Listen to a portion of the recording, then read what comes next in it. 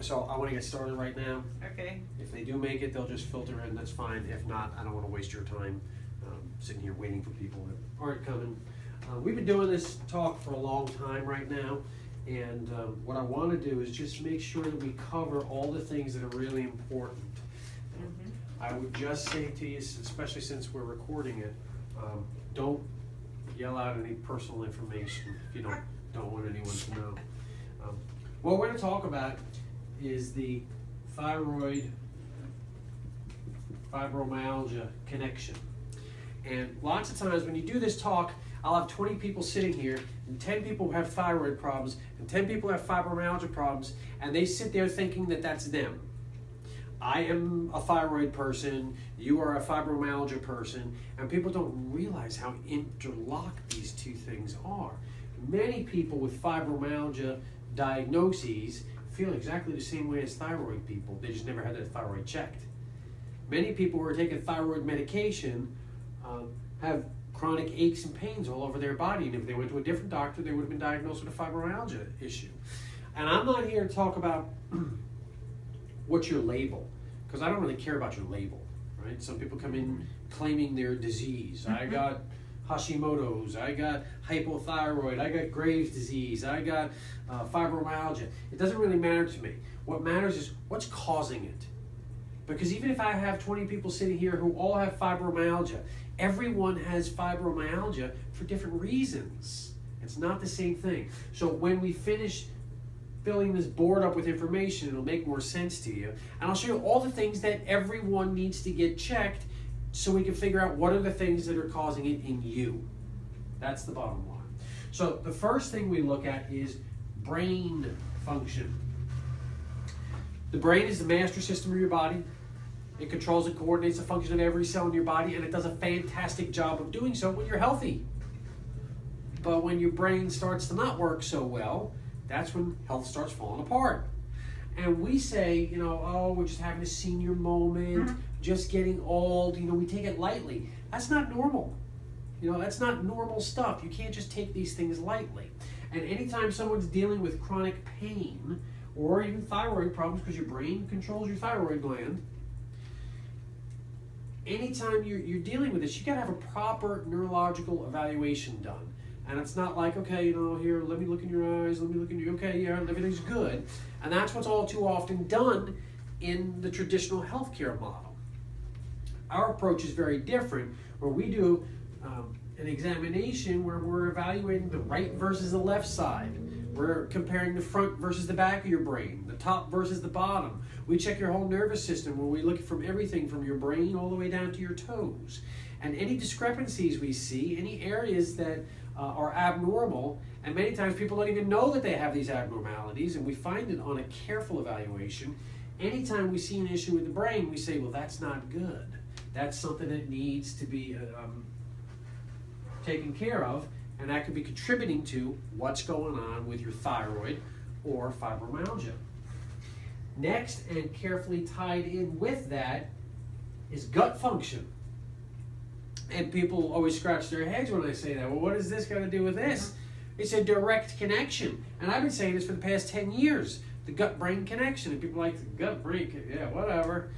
Well, now people are starting to understand this. The general public even understands it. And I have a hard time with some of my medical doctor friends who still refuse to believe this stuff. What's going on inside your gut has a direct impact on your brain health. What's going on inside your brain has a direct impact on your gut health. So when I see someone that's having brain issues, I say, we better evaluate your gut. And that doesn't mean go to the gastroenterologist, all right? Because they're not going to do it proper. They're going to say, well, let's do a colonoscopy, or let's do an endoscopy. That's not what I'm talking about, all right? And then if they find any problems, what do you get? Pills, you know? We don't need medicine. What we need to do is figure out why people are having gut problems. The issue is, why is the gut so important? One, because it's got a direct impact on your brain, and two, because 80% of your immune system lives inside your gut. So if this isn't working well, your immune system's not working well. If this isn't working well, your brain's not working well. That's bad news. And you know, countless scores of people. Everybody that comes into my office dealing with chronic health problems has some type of gut issue. But it's okay. I just take my antacids, and I take my antibiotics, and I take my laxatives, and it's fine. It's not a big deal. And I'm like, oh, that is a big deal. Your gut is supposed to function perfectly without those pills. And if you have to take those pills, that means that something's wrong, and nobody's taking the time to figure out what it is. By the gut, what we're talking about is your stomach, your small intestine, large intestine, and gallbladder. All right? Stomach, big issue.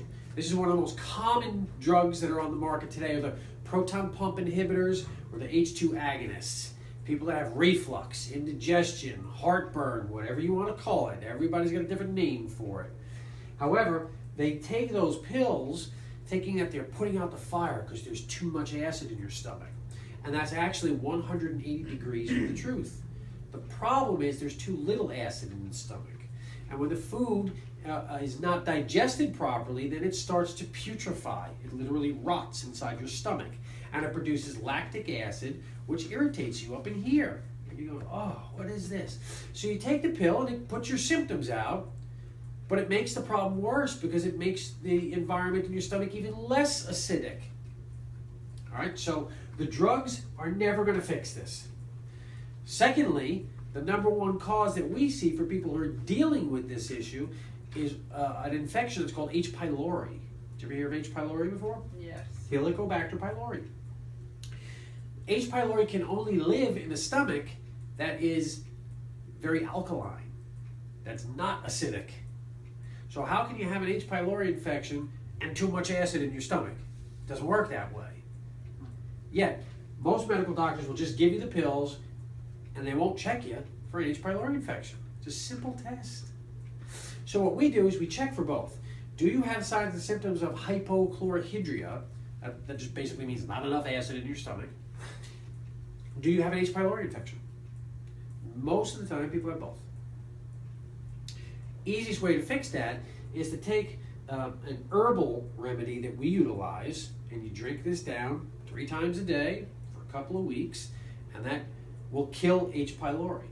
But at the same time, you're taking a hydrochloric acid supplement after you eat breakfast, lunch, and dinner to re-acidify your stomach. Get rid of the H. pylori, increase the acidity in your stomach, and all of a sudden, hey, I don't need to take my Tums or my Prilosec or fill in the blank.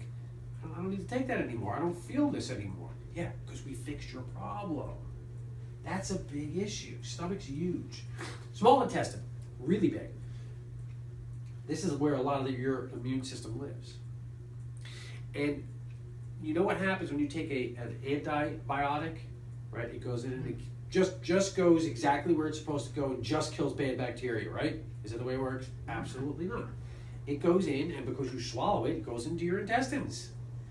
And it kills lots of things. It kills lots of things that it's not supposed to kill. And when that happens, your small intestine is not going to work properly. And that's where a lot of your absorption occurs. You're digesting your food still in your small intestine, but then the small intestine is sucking out the vitamins and the minerals and the nutrients from the food that you ate. But if you've taken antibiotics many times and the bacteria aren't living there, they're supposed to be there to help you digest your food. If they're not there, you develop a situation that's called leaky gut syndrome. That's bad news. So your small intestine now has a leaky gut. You have large undigested food particles that get into your circulatory system, which is like dumping gasoline on the fire in your immune system. So it just keeps making this problem worse. And you keep taking your proton pump inhibitors, and twice a year you take your antibiotics because you got some kind of infection. The research shows that for every round of antibiotics you take, you need to follow it up with months of a probiotic. But I've not once heard a patient come in here and say, my doctor told me that. They wrote me the prescription and then said, make sure you get a probiotic after that for 3 months. I've never heard that story. That research has been around for a decade. everyone knows this. Everyone who reads research. So if your doctor can tell you, either they're not reading the research, or they read it and forgot it, I don't know, but that's not good. So you need to figure this out. That's a condition that's called dysbiosis, and we're going to talk more about that later. When you kill the bad ones, kill the good guys, I mean, and there's too many bad guys living inside of you, dysbiosis, that's a bad situation. Large intestine, that's where your body collects all of the bad stuff that it needs to get rid of. And it needs to be gotten rid of on a daily basis, probably twice a day. However, many people who are dealing with chronic health problems aren't going twice a day. Some people aren't going every day. And I said in a workshop, maybe a year ago, I said it's very important that you move your bowels regularly. And the guy said, I am regular as anything. I go once every 3 days. And I said, that's not regular. So what happens in that case is this stuff sits in your intestines, in your large intestines, and it's not being eliminated, so your body starts to reabsorb stuff. That's toxics. Toxins are supposed to be gotten rid of, but it's getting reabsorbed into your body. Do you think that is a healthy situation? It's horrible. So you got to make sure that's moving. Now, I digress. The direct connection between your brain and your gut is a nerve that's called the vagus nerve. The vagus nerve, a branch of it, goes directly to your large intestine. So your brain is telling your large intestine, hey, move, move. And if your intestines aren't moving, you got to look back at the brain. You got to make sure the brain's working properly. And there's things that we can do to stimulate this vagus nerve to improve stomach acid, to heal leaky gut, to improve the motility in your large intestine, to improve gallbladder function. But that's the way we look at things. The way the traditional healthcare provider is proton pump inhibitors, H2 agonist, X-Lax, stool softener, rip it out. Right? That's what we're going to next, the gallbladder. Most people know that the gallbladder helps you to digest your fats. Right? It secretes bile, and bile helps to break down fats. But many times people will develop problems with their gallbladder somewhere around 40, 50 years old, and it'll start to hurt, it's not working right, so your doctor will just say, yeah, that's just the way it works, let's just take it out. Let's rip it out. It's kind of like a spare part, you don't need it. Rip it out, and don't eat a lot of fat. Well, you can't not eat a lot of fat. You have to eat a lot of fat, a lot of good fat. All right? That's at the top of the new pyramid. Fats and oils. The good fats, things like coconut oil and olive oil and avocados. I mean, that's healthful fat. You should not be avoiding those things. So you can't just indiscriminately rip out your gallbladder and avoid fat. That's a recipe for disaster. But what many people don't know is that the gallbladder also has another function. It helps to take toxins that are inside your body and make them water soluble so that you can excrete them. But if you don't have a gallbladder anymore and you're not moving your large intestine and these toxins are getting reabsorbed back into your body and your gallbladder has been removed, it can't do anything to these guys, and toxic level just starts to build up and build up and build up. That's disaster. But this is a common picture that we see. And so you think, your brain isn't working well. Brain fog, memory, just not as sharp as you were. Now your gut's not working well. You're taking pills for this because you're always getting heartburn, indigestion. You've taken 20 rounds of antibiotics in the past 5 years, but you've never even heard of a probiotic. You move your bowels once every other day or so, and your gallbladder's not working well. Do you think that person could wind up being diagnosed with fibromyalgia? Maybe. Absolutely. Right? But you go to the doctor and he says, oh, you hurt all over the place? It's fibromyalgia. Here's your pill. And nowadays they give them Neurontin, gabapentin, Lyrica. Those are common ones. Okay? Those pills are all FDA approved to treat epilepsy. That's all they're approved for. Now, they've been found to work well off-label for things like peripheral neuropathy and fibromyalgia. To work, not work well. Okay? They work for some. What they don't tell you is that all of those drugs are, being of similar class, they help to prevent your brain from creating new connections with new nerve cells. We've known that since 2009. That's when the scientific literature was published. So that is what, now 7 years ago? 8 years ago? This information's been around for a long time, yet that's still one of the top prescriptions for people who are dealing with fibromyalgia, Lyrica. So do you think if you've got this chronic health situation, your brain's not working right, you think it's a good idea to take a drug that's going to prevent your brain from kind of rewiring and fixing itself? That's insanity. So again, either your doctor didn't read that research or read it and ignores it. Maybe read it and forgot it. I don't know. Probably never forgot to continue writing prescriptions for Lyrica. All right, so the things that we need to do to make sure that your immune system is functioning well is you gotta get off these pills, heal the leaky gut, get your bowels moving, keep your gallbladder if you have it. If you don't have it, you just take a simple gallbladder supplement for the rest of your life, and it'll help with that. You need to improve your vitamin D level. You need to take an essential fatty acid and perhaps use glutathione. These three guys help to improve your immune system. Okay, so we utilize these on the overwhelming majority of people. If your vitamin D is low, you're taking it. If you don't even know how to draw a picture of a fish because you don't eat it, you got to start taking it. And many times we'll use glutathione. Glutathione is a powerful antioxidant that your body produces when you're healthy. But people showing up in my office with all these problems are not healthy. So we say, use glutathione for a couple of weeks, couple of months, whatever it takes to kind of build you back up again. The main things that I see that create gut issues. Number one, food sensitivities. Top of the list. All right? The number one food sensitivity, without a doubt, is gluten. The protein found in wheat, rye, barley. And gluten is just the tip of the iceberg, though. We run a comprehensive panel, a blood test, where we check for 26 different food sensitivities. And gluten comes back most frequently as a positive, but there's other things, like milk and rice and corn, and we test for all of these things. Even gluten-free grains. We have lots of people who say, oh yeah, I'm eating gluten-free and I really don't feel better. That's because you probably have a reaction to some of the gluten-free grains. And if you've never been tested for them, you wouldn't even know that. The issue there is, and believe me, gluten's a big issue. And I was the very first certified gluten coach in the state of North Carolina. So I know this stuff for a long time.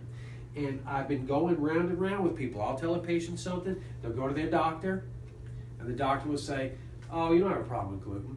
Well, how do you know? Do you have x-ray vision? You don't even know what test to run, much less, you wouldn't run the test. How do you know? All right, so go gluten-free for a couple of days. You don't feel any better? Nah, you don't have a gluten problem. They just don't get the big picture. If you have a gluten problem and you're having a problem with rice and corn and milk and barley and all these other things, and all you stop is gluten, are you going to feel a whole lot better after 3 days? No. So, this has got to be done properly. But if you continue eating foods that you have a sensitivity to, that's how you wind up getting the leaky gut. And the leaky gut, also, like we were talking about with the small intestine, you got 20 rounds of antibiotics, and you've eaten foods that your body has developed a sensitivity to for the past 4 decades of your life. That's leaky gut. And leaky gut syndrome is always going to lead to leaky blood-brain barrier. So again, another gut-brain connection. Now this time in a bad direction. Dysbiosis, I mentioned to you already. That is when, there's supposed to be billions and billions of good bacteria that live inside your gut. And the better numbers of good bacteria you have in your gut, the better your brain works. And that's just science. But it's wild, it's awesome, and I love it. Flip side to that is the more bad guys you got living inside of you, worse your brain's going to work. And they have shown in kids who are on the autistic spectrum, whether it's Asperger's, ADD, ADHD, PDD, whatever it is, all the way up to autism, they have found that there are bacteria living inside their gut that we don't even have a name for. We've never seen them before. And you tell me that's not a direct connection between gut and brain? That's bad news. Bad news. So dysbiosis has got to be fixed. And so the way we do it is, if you got too many bad guys and not enough of the good guys, it's a three-pronged approach. One, you're going to take something, an herbal, vitamin, mineral, all-natural type supplement that's going to help kill bad guys. Two, you're going to take a probiotic. You're going to put the good guys back in your tummy.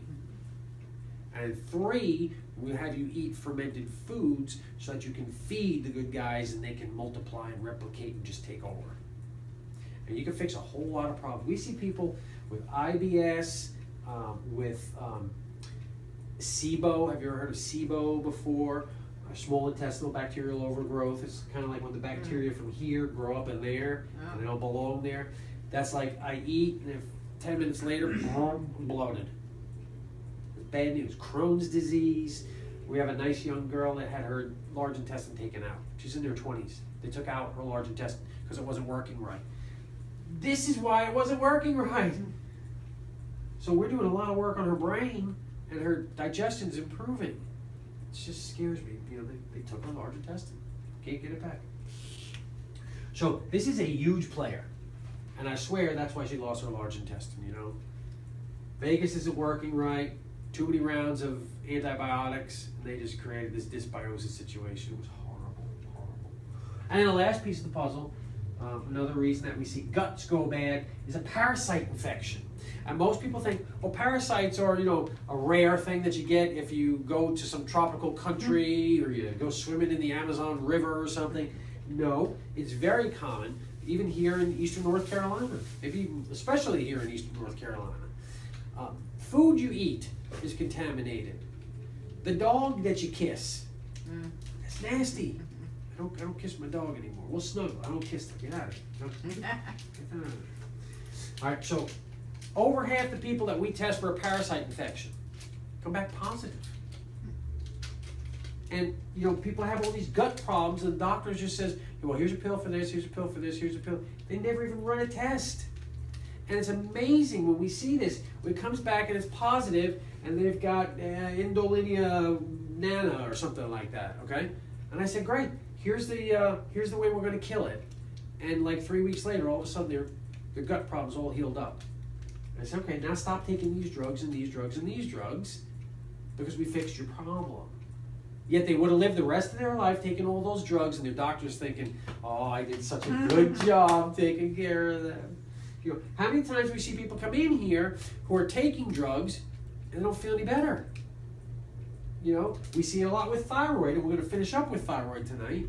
Well, how long have you been taking your synthetic thyroid hormone? Oh, 10 years now. Is life a lot better since you've been taking it? No, I couldn't tell any difference. I still feel miserable. Are you kidding me? Why are you taking it in the first place? And lots of times you don't need it, but I'll get to that. Next thing we're going to talk about is blood sugar. Blood sugar regulation. I want everybody's blood sugar to run between 85 and 99 all day, every day. That's tough. I'm strict. But we get results. And that's what you need. Right? If your blood sugar goes up above 99, that's when you start to get into insulin resistance, which eventually leads to the dreaded D word. Right?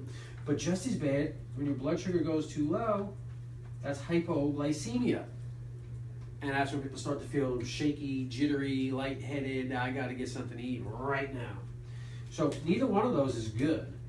We want your blood sugar to look like this throughout the course of the day. Gentle rolling hills. And that's what your brain likes. Remember, your brain, master organ in your body, your brain only weighs about 4 or 5 pounds, but it sucks up about 30% of your blood sugar. So it needs steady all day, every day. So if your blood sugar goes too low and there's not enough sugar to get into your brain, your brain doesn't work very well. You think that could cause brain fog? If your blood sugar goes way too high, you become resistant to insulin, so the sugar can't get into your brain. You think that could cause brain fog? Absolutely. Absolutely. So this is what we want your blood sugar regulation to look like, and this is what we see many folks who come into our office. And they go round and round. They're hypoglycemic, so they eat a Snickers. That's one of the greatest commercials on TV, right? Where it's some grumpy person, and they eat the Snickers, and they turn into the happy person, right? Yeah. Well, this is what's happening. They're hypoglycemic. They give themselves, 40 grams of sugar, and they're happy. But what they don't tell you is an hour later, they're insulin resistant. So then they gotta have another Snickers. And then they're insulin resistant and another Snickers, That's not the answer. And we walk people through this process. I have people regularly come into my office who've got such bad blood sugar issues that they've been diagnosed with diabetes. They're taking insulin, they're taking metformin, they're taking glipizide, you name it. They're taking these drugs and actually still shooting themselves with insulin. And after a month or two of following my dietary protocols, they have to get off their insulin. Because if they take it, they'll get hypoglycemic, right? Because they eat the way I tell them to eat, they wind up getting back into that 85 to 99 range. And we see this regularly. And that's one of my absolute most wonderful joys. Insulin is a bad mamma jamma. You don't want insulin surges. Insulin surges cause hormone problems and brain problems. Insulin is a bad thing. So you want to eat a diet that is low glycemic. Even if you don't have diabetes, you want it to be low glycemic because you want to live your life with just a little bit of insulin. You don't want spikes of insulin.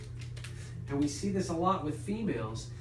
The females who have blood sugar regulation issues, where they're getting these spikes of insulin, are the ones who have miserable time going into menopause. Because these insulin surges messes with their hormones, and that's when they get all the signs and symptoms of menopause. And then there's others who just, gradually sail into menopause and don't complain about anything, don't have any problems. You hate those people, right? But this is a game changer here. And when we help people get their blood sugar straightened out, we'll hear them say things like, I haven't had a hot flash in weeks. I can't believe it. So we've got to fix the blood sugar surges, because when the brain isn't getting its constant, steady supply of glucose, it will scream down to the stress glands, the adrenals. And the adrenals will kick out cortisol. And cortisol works well to stabilize your blood sugar. But cortisol is only supposed to get secreted under times of extreme stress, not 4 or 5 times a day, every day. That is a bad situation. Cortisol is nasty, like insulin. You need it, but not massive quantities, these surges all day long to boost your blood sugar up from hypoglycemia. When that happens, it creates a whole host of problems. One, it starts to affect an area in your brain that deals with memory, focus, and concentration. And so we just say, oh, that's normal. No, it's not normal. It's common, because we eat like this, and we burn out our adrenal glands, and the cortisol fries our brain. That's standard American diet. It's sad. Cortisol also makes you gain weight. And like the typical American, you gain your weight right here. And it's like, hey, I'm not eating more. I'm not eating a pizza and drinking a 6-pack of beer. Why can't I lose weight? Cortisol. And then cortisol will bring along its buddies, epinephrine and norepinephrine, and these guys will irritate your free nerve endings, and they make you hurt all over the place. Does that sound like fibromyalgia? It's achy all over the place. Just fixing your blood sugar has a profound impact on losing weight, on pain, on memory, focus, concentration, on total brain function. This blood sugar issue so impacts your brain that some doctors are even calling Alzheimer's type 3 diabetes. meaning that the blood sugar issue has created the brain problem. Those are some really, really sharp doctors who know what they're talking about.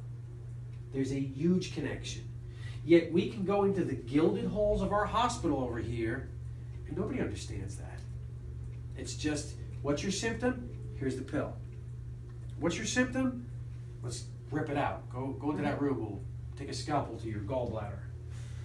All right, so when the adrenals have been stressed out for such a long period of time because they're constantly kicking out cortisol over and over and over, the adrenals start to enter into adrenal fatigue. And this is where people start to have a new symptom. They start developing sleep issues. Can't fall asleep, can't stay asleep. Some people have both. I can't even imagine. All right, I'm typically sleeping at 11, I'm up at 5. And that's my cycle, okay? That's the way it works. 5 o'clock, feet hit the ground, let's go. Start studying, ready to rock and roll. That's not the typical presentation of someone who's got thyroid issues and fibromyalgia. You know, many times people are awake at 3 o'clock in the morning and just want to take a nap at 3 o'clock in the afternoon. Very few times do I see people who are up at 5 or 6 o'clock in the morning and just jump out of bed ready to tackle the world. It doesn't work that way. This is why. If you can't fall asleep or you can't stay asleep, that's not a sleep problem. It's a blood sugar problem that created a cortisol problem, that created an adrenal gland burnout, that created a sleep issue. So I tell people that come in here with sleep issues, we got to fix this first. Okay? You can take all the sleeping pills in the world, you know, but what happens when you don't take your sleeping pill? You don't sleep that night because you never fixed the underlying problem. That's my issue that I have with many, many medications. They don't cure you, they don't fix you. They're covering up a symptom. Ambien is a big seller. It's probably in the top 10 drugs. But you can't, it's not like you can take Ambien for a month and then you cured yourself. You're done with it. You gotta keep taking it. Most of the things that we deal with, like if you've got adrenal fatigue, we're going to say you got to fix your blood sugar first because that's what was stressing your adrenals. So fix your blood sugar. But then we'll give you stuff to give your body some nutrients that will help to heal your adrenals. And after a month or two of doing that, I say stop. See what happens. You're still sleeping? Great. You fixed your adrenals. Right? You just gave your body the raw materials that it needs. Last piece of the puzzle we're going to talk about up here is thyroid function. And many folks will come in to me and they say, oh, I went to my doctor and he ran all the thyroid tests. He ran a complete panel and everything is normal. And I don't know if you've seen any of my videos on my websites or on my YouTube channel, whatever. But you know, this is what they say is normal. This is what I say is optimal. And I want all my patients to be in the optimal range. So when I say, you know, let's get a thyroid panel and you say, oh, I had all the tests done and everything was normal. That means you were in this range, the 95th percentile of Americans. And then this is the low end here, and that's where you are. And your doctor said, everything's fine. It's not fine. You know when things are fine. You know when things are not fine. So we always put these kind of standards when I look at somebody's blood work. And I say, well, that's too high, and that's too low, and that's a pattern that indicates, you know, hypothyroid. So we can see these patterns when you look at all of the blood tests together. What often happens is your doctor will run one test, TSH, thyroid stimulating hormone. That comes from your pituitary. So if that's all they run, that's not checking your thyroid, it's checking your pituitary.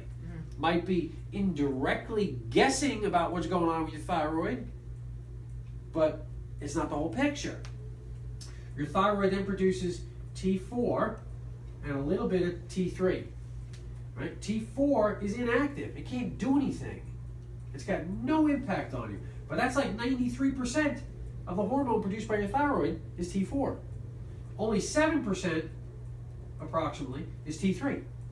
So the T4 has to go and get converted into T3 for it to have an impact on your body. And you know, the thyroid hormone is the one that gives you that get up and go. And don't you know, people dealing with Hashimoto's and hypothyroid and fibromyalgia don't have that get up and go. All right, So if all we did was check your TSH, how do I know how much T3 you have? Your get up and go hormone.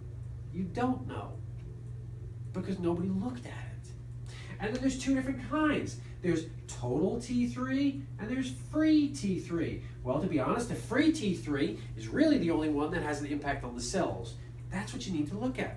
There's total T4 and there's free T4, right? Free T4 is what you need to get converted into T3.